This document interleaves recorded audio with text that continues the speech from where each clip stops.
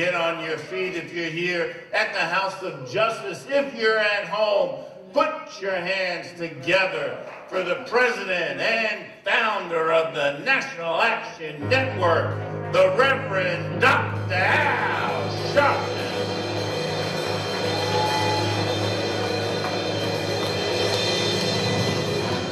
No justice, no peace. No justice, no peace. No justice, no peace. No justice, no peace. What do we want? Justice. What do we want? Justice. What do we want? Justice. When do we want it? Now. When do we want it? Now. When do we want it? Now. When do we want it? Now. Fist bump the person next to you, tell him you love him.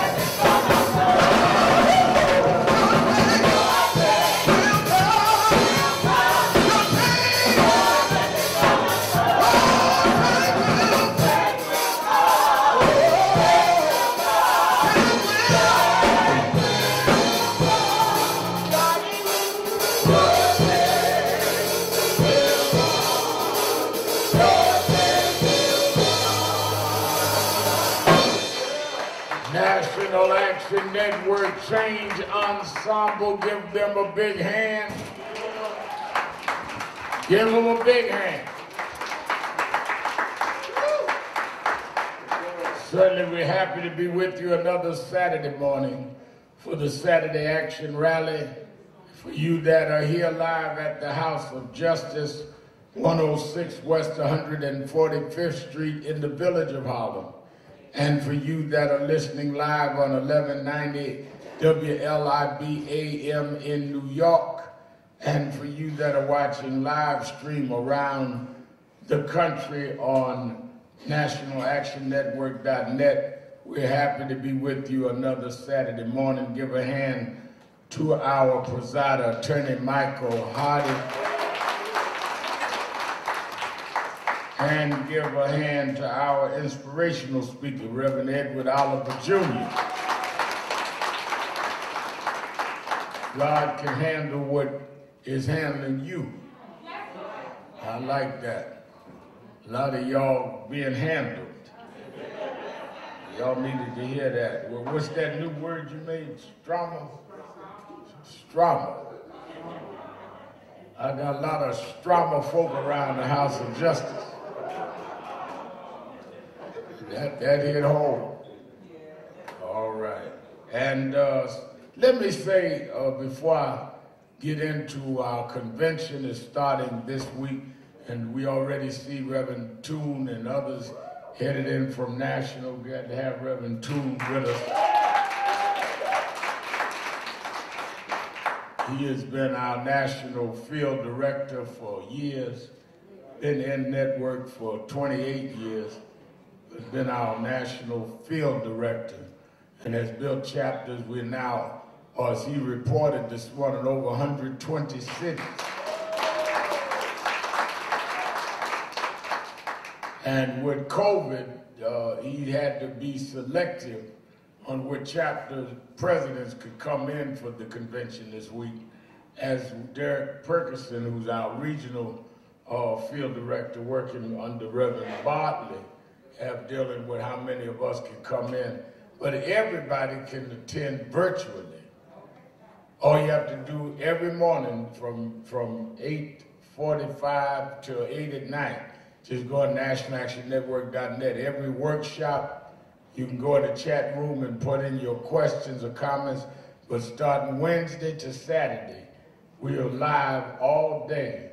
Every workshop, every event, if you were right there at the Sheraton, you that are not there, you can watch it live on nationalactionnetwork.net. I'm going to get into that more in a minute, but I want to say in terms of the New York region that the National Action Network celebrates this victory with Victor Payton and what they were able to do. Give Victor and our Second Chance Committee a big hand. Give them a big hand.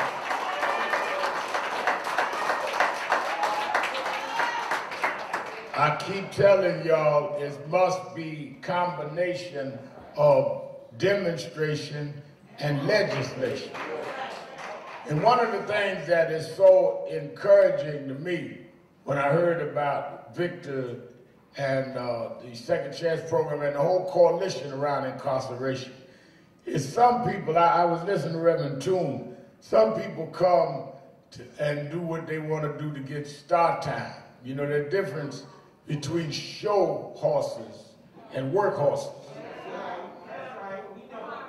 Show horse want to be seen. Work horse carries a load with him. One of my mentors told me when I was young, a show horse don't have to worry about nothing. They can just, trot because there's nothing attached to them. But if you're a work horse pulling a wagon, you got to watch how you turn a corner because you may turn the wagon over. And Victor is a work horse.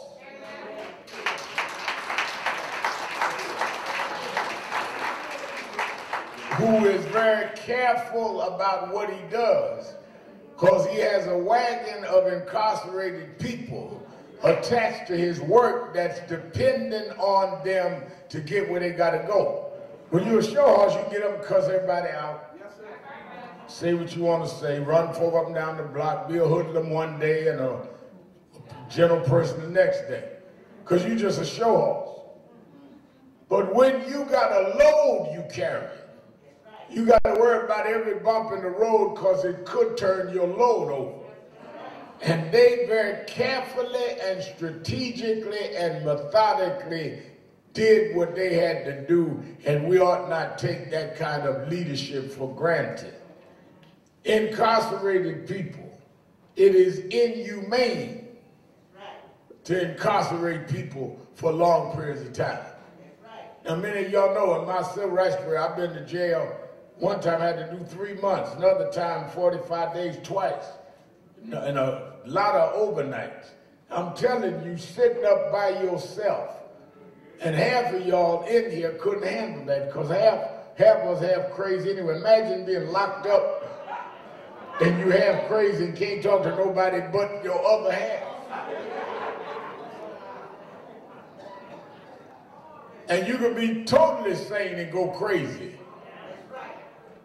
There's nothing humane about that. One of the problems that we have, when I was growing up, they used to call it correction facilities. You go out to the Rikers Corrective a correctional facility. Now they call it detention.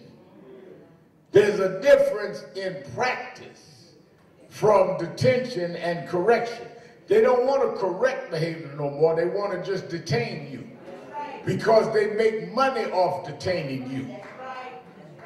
And that's why breaking up this incarceration is as revolutionary and as human rights as you could be. So we support them in that. Give them another hand. The other thing about it is that there is a whole activism that I'm so happy to see come to light now around those that are dealing in the space of dealing with gun violence. Amen. Our group, our young folks here, has had a focus on gun violence and works along. I was so proud. I posted it on social media when I saw Erica Ford of Life Camp sitting at the White House this week as President Biden announced his executive orders on guns. In fact, I'm going to have Erica on Politics Nation because, again, like Victor Pate, she got in the trenches doing the work. She's been doing that work a long time. I've known Erica since she was a teenager and just got started in activism and watched her grow. And not go for the stardom, but go for the work. If you do the work, your work will make room for you. A lot of y'all want to take the bows and haven't done no work. So I support people like Victor and Eric and them that come up through the trenches because they will last longer. Sometimes it may take you longer to get your recognition, but you're going to last longer. I'd rather be I did one, Katrina talks about my morning thoughts. I did one the other day about I'd rather be a solid rock than a rock star. Say that again. I'd rather be a solid rock than a rock star. A rock star has a season. Hot for a minute. Everybody talk about you for a minute. But then it's over. But a solid rock, you go down south from where you come from, and that rock you used to see at grandma's is still there. Rocks don't change. Somebody got to come get a rock and change it. Rockstar has a season, and I love these rock solid activists like Erica and like Victor Play. Give them a big hand again.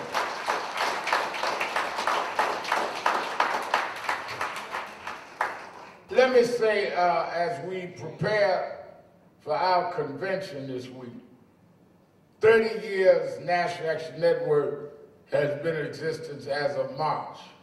And we've gone from the schoolhouse to where we have chapters in 120 cities, 121 to be exact. Let's welcome our Impact Television family joining us all over the world. So this week, after 30 years of work, we convene at our national convention. We're going to have the 30-year celebration later in the year when COVID has got up off us a little. But this week, live virtually, starting at 8:45 every morning to 8 at night, we have 13 members of President Biden's cabinet that will speak to us virtually to the convention. You need to watch. Then we're going to have workshops following every one of them. We have the Attorney General of the United States going to speak to the convention. We have the Secretary of Treasury, Janet Yellen. We have the Secretary of Commerce, Secretary of Education, Secretary of HUD, Marshall Fudge, on and on, 13 members of the cabinet. I don't know, no convention has that. We could almost have a quorum of the president's cabinet. And we have on our workshops, Robert Smith, the black billionaire that y'all remember paid the student debt off in Morehouse. He's going to do our economic panel along with the controllers. Robert Smith is part of it. Jim Reynolds, MC Light's going to be part of our women's luncheon. On and on and on. it is going to be a great convention from this Wednesday, the 14th, until Saturday, the 17th. I want everybody around our Impact TV audience, everybody that is listening, as Reverend Toon said, we should have 50,000 people online every day. We can hold the capacity at nationalactionnetwork.net. And I'm not just shooting the breeze. We get about 7,000 to 8,000 people watch us on Saturdays on nationalactionnetwork.net. Every Saturday. Y'all looking at the people in the room socially distanced. Right now, there are about 7,000 people watching us nationally. About 40,000 listening on radio. And several hundred thousand watch my shows on Saturday and Sunday night. So we're reaching more people. But we're reaching them about what we need to do. And about the numbers is about what you do with the numbers. So we are looking forward to everybody being part of our convention this week. Let me say, in giving our action report, we have been closely monitoring the trial of the former police officer, Derek Chauvin, in Minneapolis, Minnesota. On Tuesday, Gwen Carr, who's with us this morning, and Brother Eric Gardner and staff, Gwen and Rachel Nordlinger from our comms department, and heads that up for about 20 years. And Brother Chris and I went out, Ray McGuire, who's running for mayor, went out, businessman went out with us, Brother Chuck Phillips, and former Governor David Paterson, all throughout Chuck Phillips' plane to be with the family on Tuesday in Minneapolis.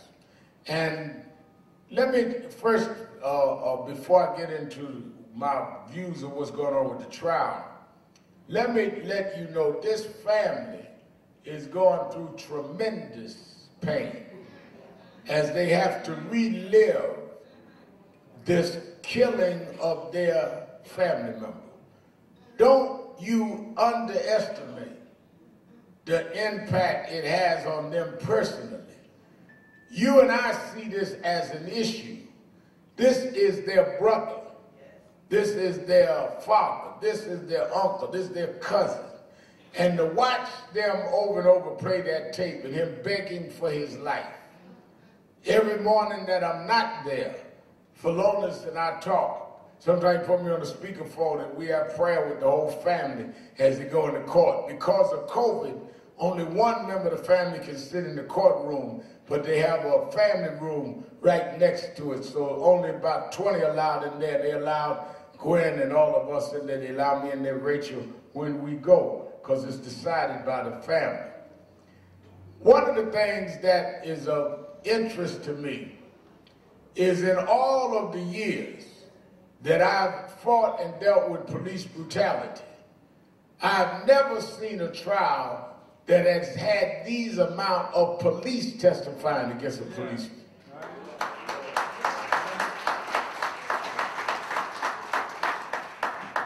I mean, think about this.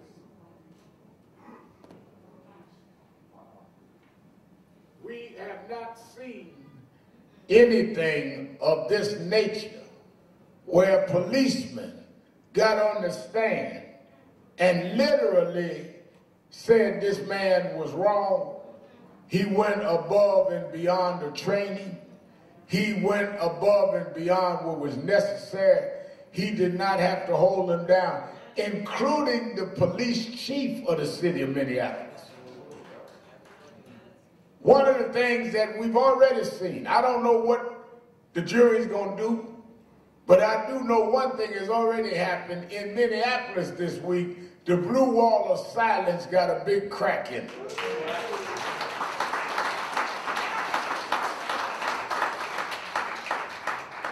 Now, some of us are going to be skeptical of anything, but I believe that if we keep moving, See, I don't fight out of skepticism. I fight out of that, yes, we may lose battles, but we're going to win the war.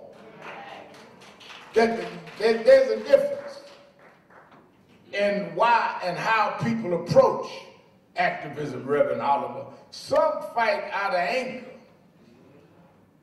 but others fight out of hope. Now, those of us that fight out of hope don't mean we don't get angry. But our anger does not make us fight for a despair at the end. Our anger makes us fight because we have the hope that if we keep fighting, we can make something happen. That's why I keep telling you that our organization is a faith-based organization built out the church because we believe ultimately in the end, God will make a way. That's why people, I don't understand these folks be going in the battle talking about, well, you know it ain't going to make a difference. Well, if you don't believe it make a difference, then you ought not be an activist. I believe and know that if we do the work, God will bless us. So one of the things that we got ingrained, that's one of the reasons I want to work hard this week in our convention with our leaders from around the country that are coming in. We have got to get out of the psychology of defeatism. We have got to get out of this hopelessness, because you cannot lead people and organize people that are down if you feel they are destined to stay down. If we feel our place is down, you'll never try to get up. That's why I like when Victor Pate had brother talking about how to deal with finances and all that. Some of us have become victims of learned behavior. Let me take about 5 minutes on this. I'm reading a book. Isabel Wilkerson wrote a book called Caste. It's a very good book. And she talks about how there's always been caste systems around the world. The three prominent caste systems stands out of history. Was India, where they had the Brahmin and the untouchables. Germany with the Nazis. And then the United States, which they called the New World, which wasn't the New World, it's just that they founded new. But caste in the United States was based on race. Now watch this. Pre-United States, pre-America, if you lived in Europe, you were identified by your nationality. What I mean by that, Dudley? If you lived in France, you say you was French. If you lived in Germany, you said you was German. If you lived in Italy, you said you was Italian. If you lived in England, you say you was British. You were identified by your nationality. If you lived in Africa, you were identified by your tribe. Igbo tribe, whatever tribe you come out of. The United States was the first one to identify you by just your race. So if you came to the United States from Europe, you was white. And if you came to the United States from Africa, you were black. You wasn't French here, you was white. You wasn't British here, you was white. They made whiteness the high caste and blackness the servant caste. So it was the learned behavior that based on race was your supremacy. Even go in the Bible now, everybody in the Bible deals with, and the Roman, and the Syrian, all of that. But you get to America is white or black. And by instilling and instituting a racial basis, is how they then built white supremacy. White supremacy was fine-tuned in the United States. See, y'all fighting something, don't even understand what you fight. They had such rigid laws in the United States that they would tell young whites that you can't even shake a black person's hand without becoming poisoned.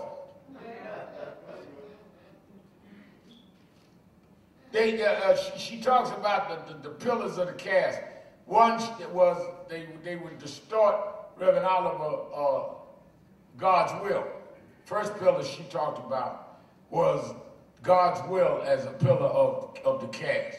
So they would tell the story of Ham and say that the curse of Ham was a curse on those that were dark, and the other brothers who were light were blessed. So they would say it was God's will that we be servants. The theology of white supremacy, where they say God made them superior.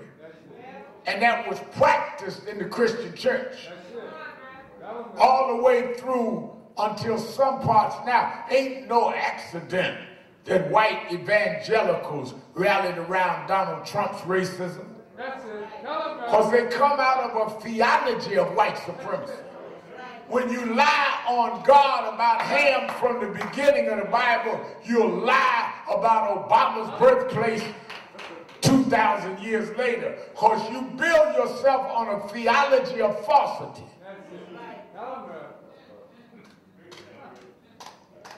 Then they have the second pillar was the heredity, based on who your daddy and your mama was. So they would inherit certain things. Then they go into marriage and mating.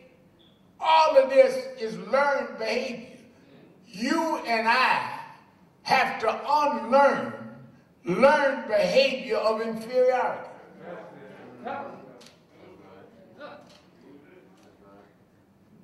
We were taught. Let me tell you something. The model in India was the father was how you determine the status or the caste of the child. In the United States, the mother, they had laws where if your mother was a slave, you were a slave. If your mother was black or had a certain amount of blackness in you, they determined your race by how much black blood you had in it, because white slave masters was raping black women. So they would go by the amount of black blood. And it was so much so that you got into the Jim Crow days that if a black boy got in a pool, they would drain the pool before whites was allowed to come later. Bull Connor. Many of y'all heard of Bull Connor, who was the police captain that brutalized those in Birmingham, Alabama. Bull Connor got re-elected to his position because he set up for a black to go shake hands with his opponent. He took a picture of the black shaking hands with the opponent and put out flyers all over Birmingham that he shakes hands with blacks like they're equal. And the guy won the election because he put that out. It got so deep, Attorney Hardy, that you had to reduce blacks from being full human. Now watch this, because some of y'all got this in your own families that you've heard of. They would not even have black kids call their parents mom and daddy. They would call them by their name, first name. So I don't care how old a woman got, she was, oh, that's Mamie over there. That's Big Mamie. That's Joan. Because they took your name and named you after them. And you never was regarded as fully human because you were named as your property.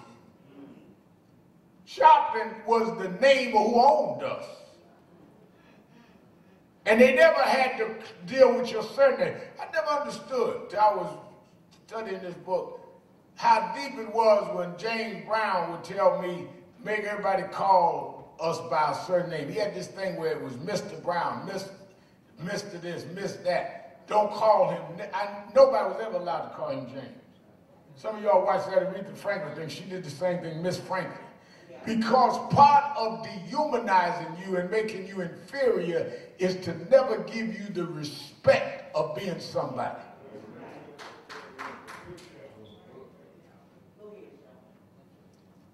Your mama ain't mama, she old Joan.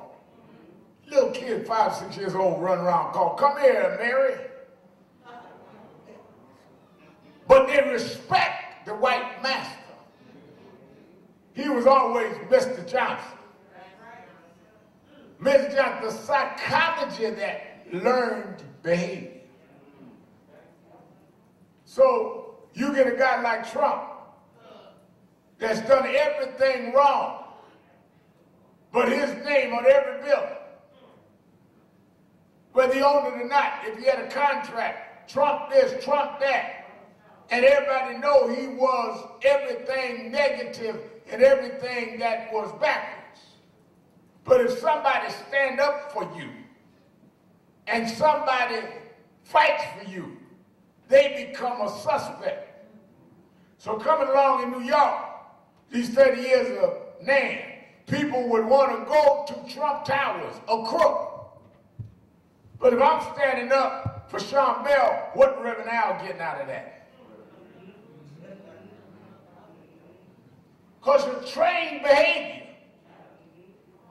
inferiority imposed and practiced, enforced inferiority.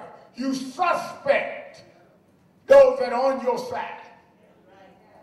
And you love those that you've been taught are superior. So that's why you got folk running around now. We can't win none of these battles. I don't know why they telling us to vote. They're going to crook it. They're going to do it crooked anyway. Yeah, they're going to try. But they ain't smarter than us because they're not superior to us.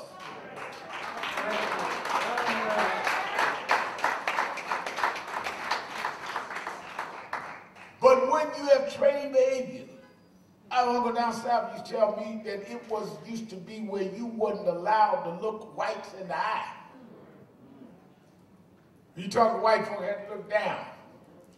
Because they train you, you're not my equal. Don't look me in the eye. And some of y'all right now, working on jobs. And boss walk by, you just start smiling and grinning, and ain't nothing funny.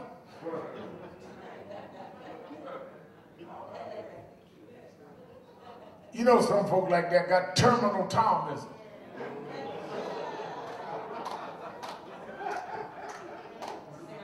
Sit up on the job, boss walk by, they just start smiling and bucking. It's just reflective trained behavior, just terminal time, can't help it. Like I don't go down to Alabama. Every time a white guy walk up to the porch, he take his hat off and talk to him. Yes, sir. Yes, sir. What you take your hat off for? Your wife, your kids, all those sitting around, you got your hat on. One white guy come, you got to take your hat off. Trained inferiority.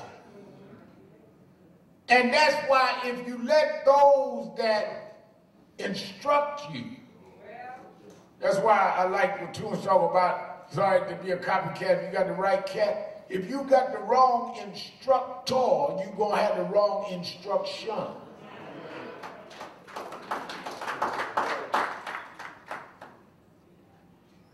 And sometimes you need to stop and look at yourself and find out, are you thinking as a free, equal being that God made? Are you trained as some Negro that has been broken down by society to get in your place? Because that's the objective of a caste system based on race, is to keep you in your place. How dare you question the police when they're the guards of keeping the status quo what it is? Whatever they do is right.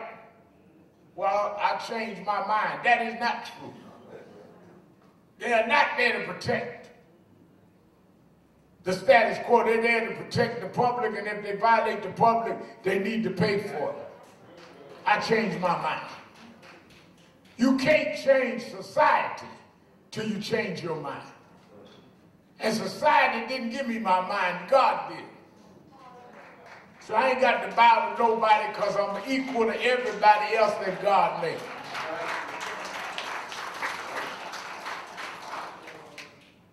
That's why a guy asked me the other day, Reverend Al, I see your MSNBC show on weekends.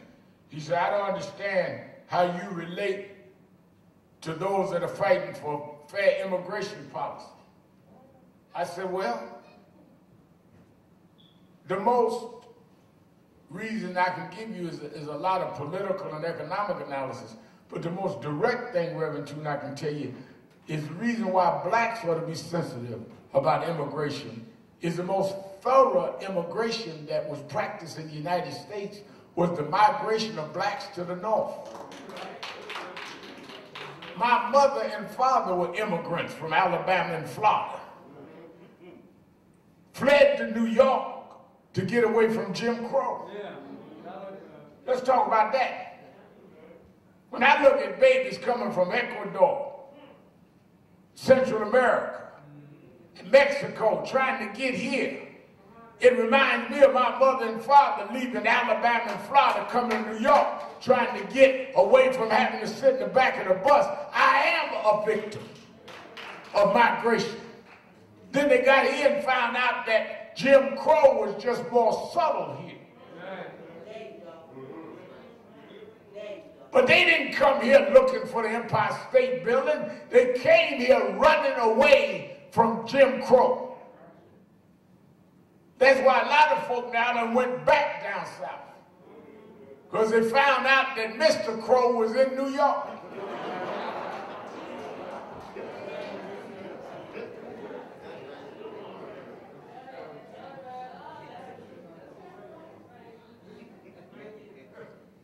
Learned behavior.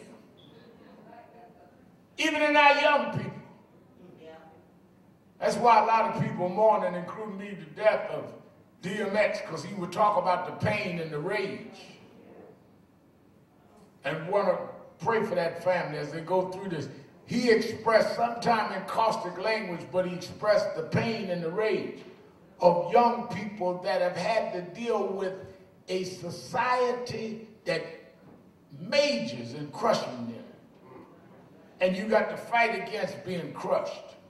And sometimes you fight different ways, but all of us have had to deal with it. Imagine having to sit in court and have to justify why somebody was wrong to put their knee on your neck for 9 minutes and 29 seconds. I mean, something crazy about that. But they feel they have the right to do that.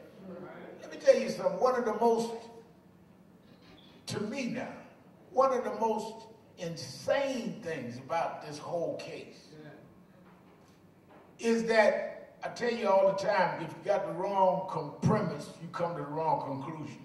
The whole premise, Reverend Oliver, of how they started this case is that they say that George Floyd went in a store, bought a pack of cigarettes with a $20 bill that they say was counterfeit. Y'all with me? The young man that he gave the $20 bill to said he don't even think George Floyd knew it was counterfeit. And George Floyd left the store and he told his supervisor, because he didn't want, when they counted up, the $20 to come out of his money. Supervisor called the police come and arrest Floyd. Now, don't run past that too quick. If a man goes in a store, we got stores up and down the street here. You got pizza shop next door here, and you got liquor store up the block here. And some of y'all, you know, after the rally, Reverend Attorney Hardy and them. Some go to pizza shop, some go to liquor store. I don't know which one. I ain't getting into that. I just know some of y'all go outside and head up the block. All right, with me, I'm in the back. I got to go down and do my TV show. But I know I see Hardy and them head that way.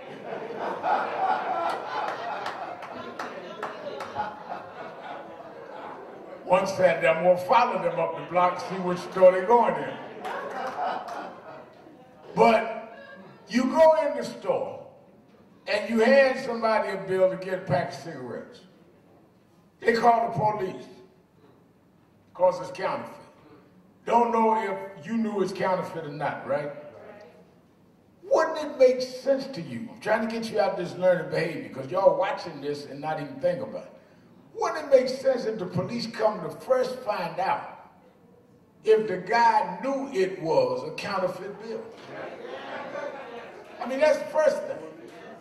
If he was in another neighborhood, he'd have first said, sir, we got a call that you in that store and you paid with a bill that's counterfeit. Were you aware it was counterfeit? No, they never even got to that.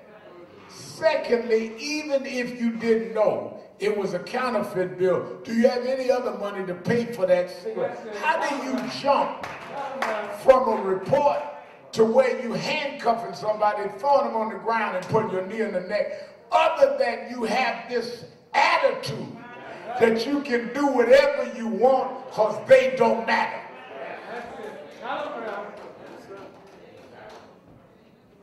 I mean, nobody's even talking about how did you get to that point anyway? Over a $20 bill, over a pack of cigarettes.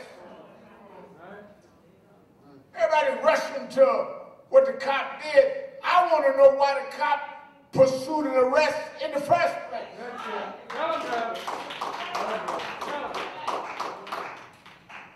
There was no behavior that incited that in the first place.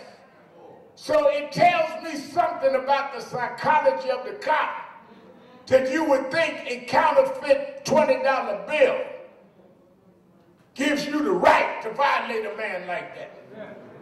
Let's stop there. Why didn't you arrest him in the first place? Did you question him about the bill? Did you ask him, do you got any more money to pay for the cigarette? Why do you automatically jump on and cuff him and throw him to the ground? And to further show you the psychology, when citizens, human beings, walk by and start filming it and protesting it, you see them as angry mobs. Because you got this in your head, angry black folks, savages. No, they're citizens in a community that don't understand the depravity of you killing somebody. But in your mind, these savages are coming. You got to understand what we are fighting is centuries of learned white supremacist behavior.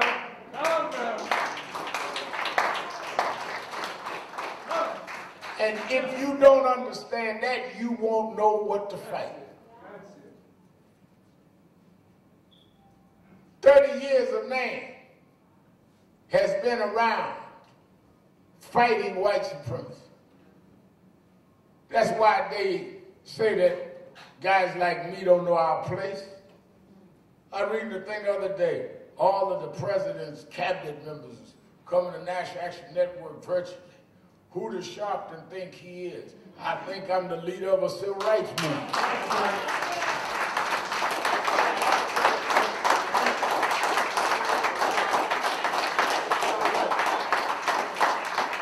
If you got a misconception of who I am, I don't have one.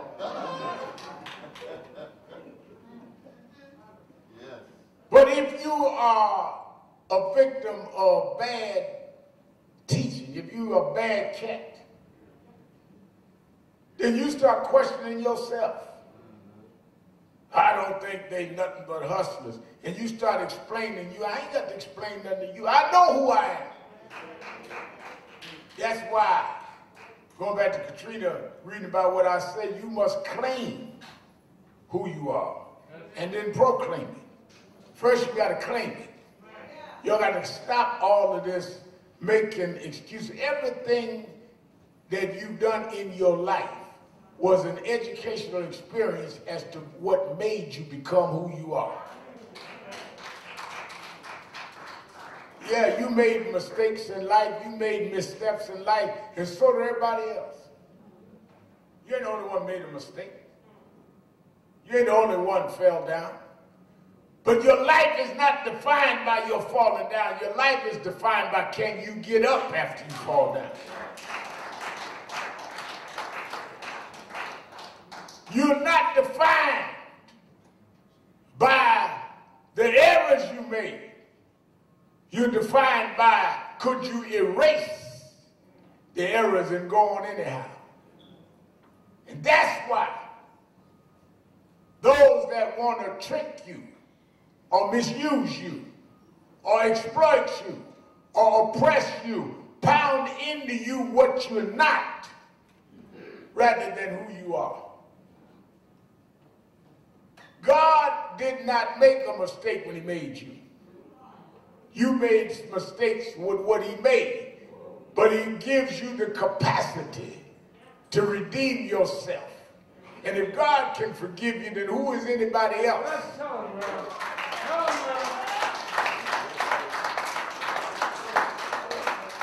If God gave you birth, if God gave you life, if God gave you gifts and talent, then who is anybody else to tell you not to use your gifts and talent? I need your permission to do what God gave me because you didn't give it to me. I don't need your sanction. That's why I think one of the great things, young women, to look at Kamala Harris is Vice President of the United States, who graduated from Howard University, because you got now someone of that level that black folks trained. President of MSNBC, we're honoring her this week, Rashida Jones, graduate of Hampton University. It means something for black folks to know that we can produce some of the biggest leaders and thinkers of our time because we are not inferior. We broke through that learned behavior.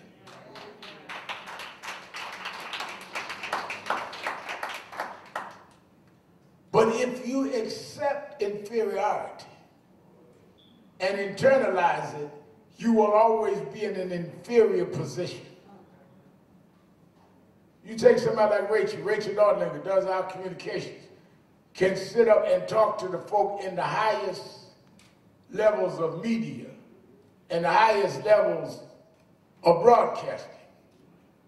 Well, if you don't have a self-assurance and a healthy self-image, you would think that they are sitting high and you sitting low.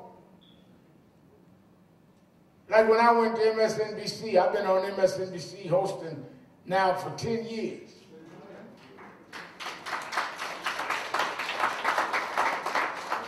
Show you how they have learned inferiority positions or inferiority complexes. When they brought me in to host Politics Nation, you had black journalists. Rachel will remember this. Black journalists writing, well, he ain't never been a journalist. Why they give him a show? I've been preaching since I was 4 years old. I know how to communicate with folk.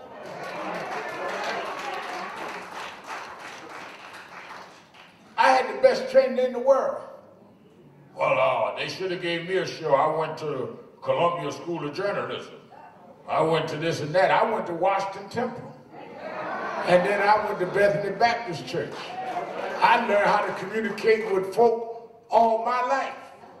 I learned to communicate with folk that were speaking in unknown tongues. And that was rolling in the sheets, you ain't never talked to them. I know how to talk to folk.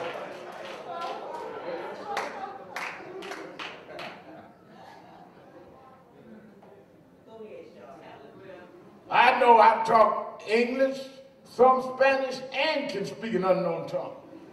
I bet you don't know how to do that from Colombia. God did not make you inferior. For we had affordable health care. We had an identity who we was. Our grandparents, our parents taught us that we ain't got insurance, but we have assurance. I didn't grow up insured. I didn't know what insurance was. But I had blessed assurance that Jesus is mine. What a foretaste of glory divine, born of his spirit, washed in his blood. This is my story. This is my song. That's how we made it. When you took everything from us and stripped us down to our most weak position, I still found strength in God. Because you couldn't take God away from me. Because God is in the inside. You can take my name. You can take my wardrobe. You can take my wealth, but you can't take that inside assurance that God will make a way out of no way. That's how we walk in that courtroom with George Floyd's family, because God is still on the throne.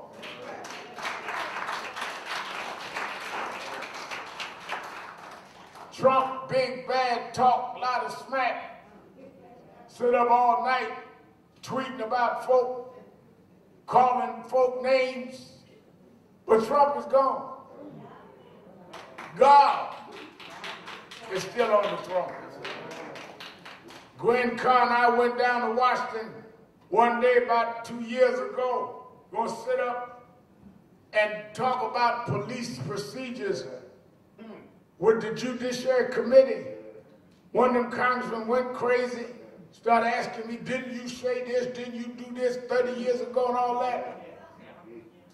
Went off so bad that some of the other congressmen said, why don't you, what is wrong with you? He trying to provoke me to cuss him out? And I sat there all cool, one of my new suits, and just looked at him and answered him. But the other day, I turned on the TV, the same congressman. They got him investigated on this, that, and other.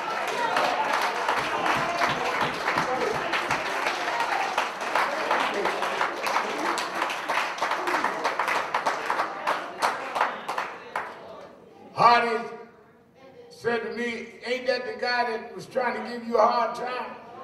All I could do is remember James Brown used to love that scripture, 37th Psalm, fret not thyself, because of evildoers. Neither be thy envious against the workers of iniquity, because they shall soon. He didn't give me the date. I didn't know what would happen, but they shall soon. Sooner get them.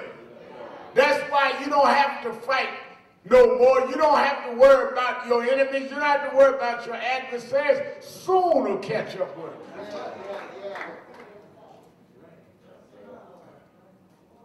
I understand now, Mama was right. Mama said that you can let the Lord fight your battle.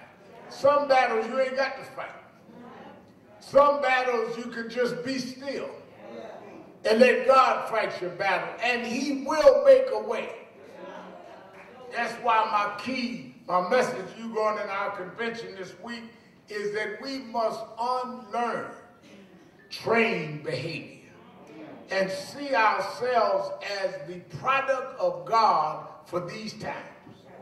Everybody don't know how to deal with COVID and immigration and what we're seeing in terms of brutality, but because of the road we travel, we learned with the migration from the south to the north how to deal with immigration. We know how to deal with pain because we was reduced to slavery. We know how to deal with all this. We were made for these times. We can deal with the pandemic because we came here in a pandemic. The Atlantic crossing, the transatlantic slave crossing, wiped out hundreds of thousands of us. And only the strongest survived. And the strongest will survive this and build a new nation because God put us here for that reason.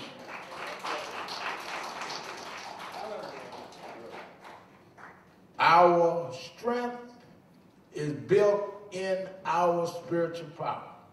That's why, Reverend Toon, I don't apologize that this is a black church movement.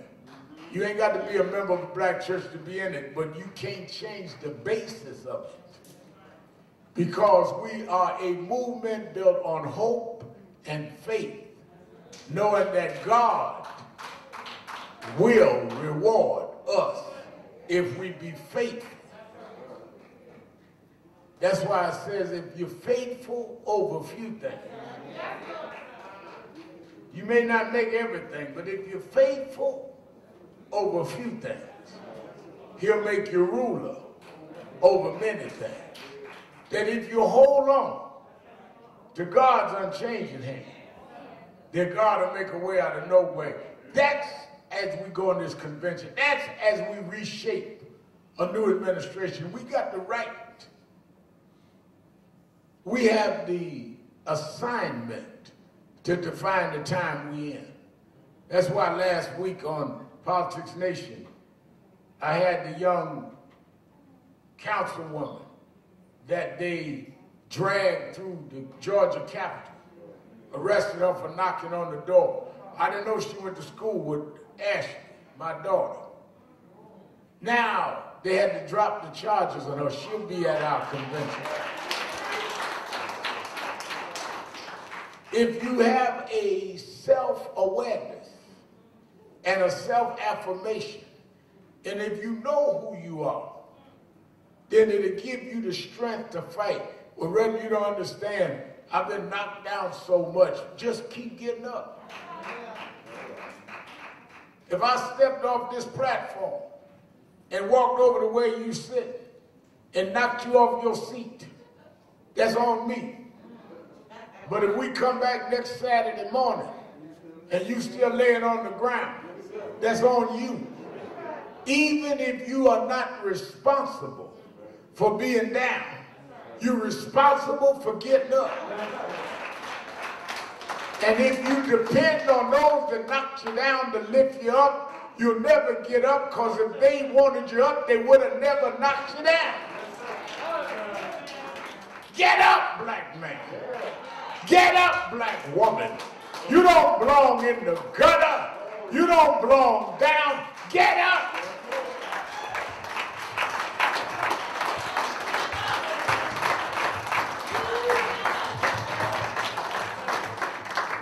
And let them know that you got up.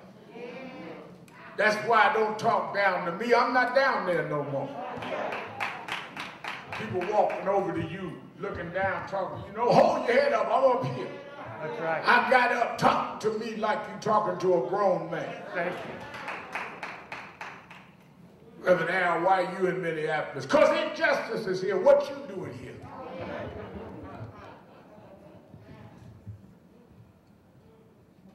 George Floyd bought a pack of cigarettes. Eric Garner, the accuser of selling Lucy cigarettes. They got you running past the lesson. That they act like that you are so inferior that you are not even valued at the value of a pack of cigarettes. So Eric Gardner's life was less than some Lucy's. George Floyd's life is less than a $20 bill. No, I believe that when God made us, he made us with the same value that he made you. When God made man, he made man scoop the earth and the garden was somewhere in the middle of Africa, I am part of the original creation of God. And I'm not bowing to no man. I'm not dealing with no learned behavior, because I know that my Redeemer lives, because he lives inside of me. I don't care what status you give me. I'm going to hold my head up high, because every morning he raises the sun. He shines on me. I know that God will make a way somehow. I don't know what day, I don't know what year, but I know if I stand up, he'll hold me on every side. He walks with me. He talks with me. He tells me that I'm his own. I don't care if you don't like me. I belong to him. In him I live, I breathe, and have my being. That's why sometimes I just walk by myself and say, oh Lord my God, when I'm all someone, I consider all this world your hands have made. I see the stars, hear the rolling thunder, thy power throughout the universe.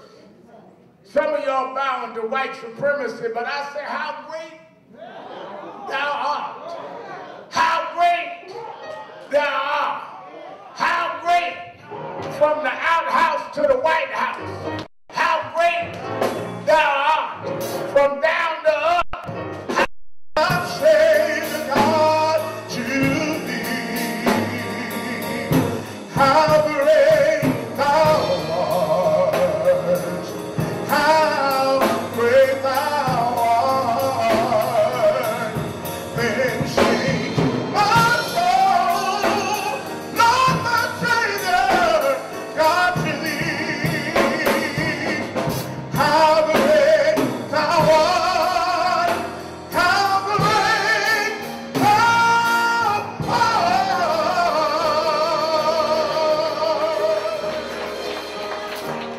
Everybody's singing. Everybody's singing. Everybody's singing.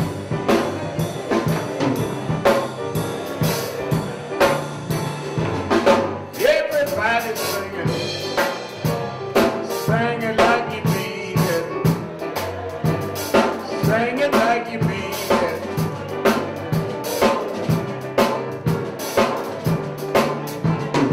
We want justice.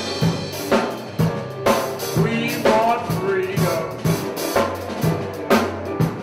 Everybody's singing.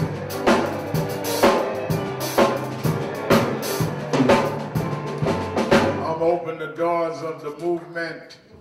There may be someone here today that has not joined National Action Network. You hear us on the radio, you see some of what we do on television, but you never became a part of the organization. If you're here today on this Saturday before our convention starts, there's no better day than to become a signed member of the organization. If you're here in the auditorium, just come down to me, either eye, and let us sign you up this morning. If you're listening on radio or watching us on live stream, you can go to www.nationalactionnetwork.net and join online. Or you can call 1-877-626-4651, 1-877-626-4651. Let us join, let us be a part. Don't forget, you that are watching live stream or you that are listening by radio, starting Wednesday morning, 8:45, we go live from the Sheraton with a convention all day until 8 o'clock. Workshops, labs, plenary speakers that will deal with our issues in their speeches. You need to log in and tell Lottie, Dottie, and everybody that National Action Network convention is on the air. If you're here and ready to join, come on. Everybody's singing. Come on. Everybody's singing. Everybody's singing.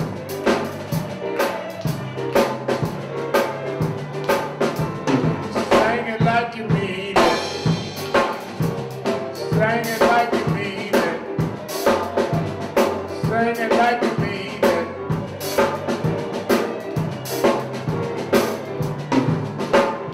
One more time, y'all. One more time, y'all.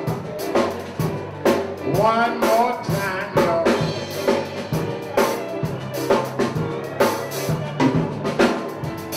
Everybody's singing. Everybody's singing. Everybody's singing.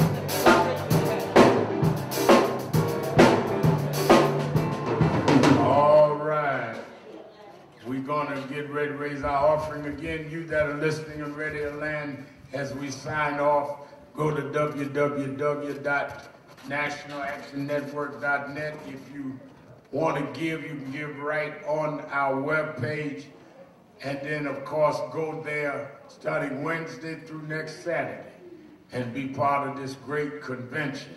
People are coming in from around the country, limited numbers, but people will be watching all over the world starting Wednesday. 30 years, we're going to perfect 21st century activism. All right. Let us prepare to raise our offering.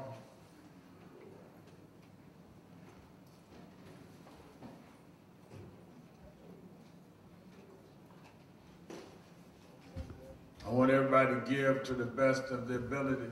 Now, Sister Katrina and the committee, Ebony of our Washington, D.C. office, Dominique Sharpton of our membership committee, they have been given the instructions from me on how we handle the numbers, the limited numbers at the Sheraton. So don't get mad at them. We've had to deal with COVID. They're gonna have to, if you don't know if you got COVID, don't even try to get on the list, because they're gonna test everybody coming in. Would you like to do the temperature thing here? Because you ain't going to, and don't be asking, Rev Mal, can I get on the list? Or Rev Mal, do I have to take the temperature test? Because I don't want you asking me nothing if you don't know if you got COVID. Don't even get near me. Get a boy.